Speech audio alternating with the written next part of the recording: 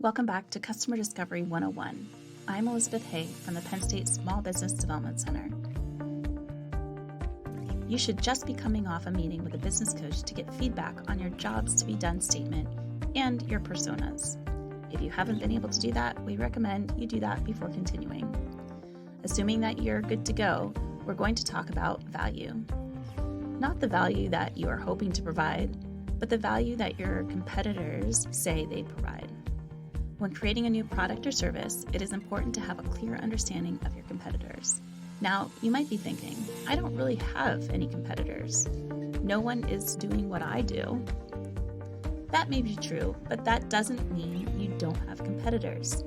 When we talk about competitors, we include anything that your target customer is going to try to solve their problem. This can be an offering from another company, a do-it-yourself solution, or sticking with the status quo. By understanding your competition and the solutions your customers are or are not using, you'll be able to better differentiate yourself and increase your chances of success.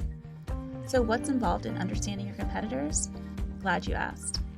You start by making a list of competitors. Begin with what you've learned in your customer discovery interviews. What did your customer tell you about how they attempt to solve the problem now?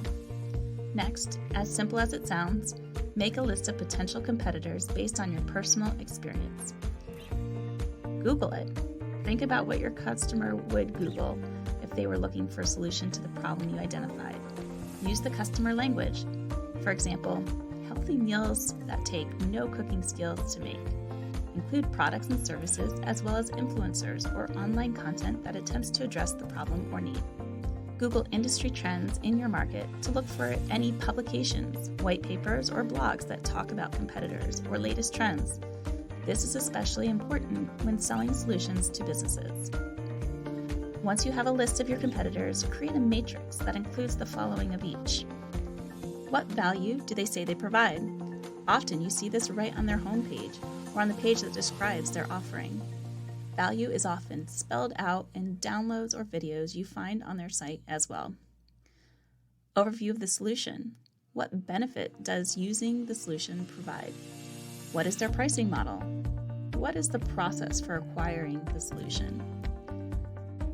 Look for reviews of their offering. Make notes of what others are saying, good and bad. Sign up for their marketing newsletter and check out their social media feeds. This is helpful in learning more about who they are marketing to and what value they are promising, as well as better understanding their tone and approach to sales. Finally, use their product or service. The best way to see what you're up against is to be a customer yourself. It's important to make notes about the end-to-end experience, starting with learning about the offering, to purchasing and receiving it, through actually using it. Okay, there's some great learning ahead once you see all your competitors side by side. It's key to helping you figure out where the gap may be that you can address and how you can differentiate yourself from others. With this in mind, your next step is to use the worksheet in the workbook and start mapping out your competitors. Once you've done that, move on to the last video in the series.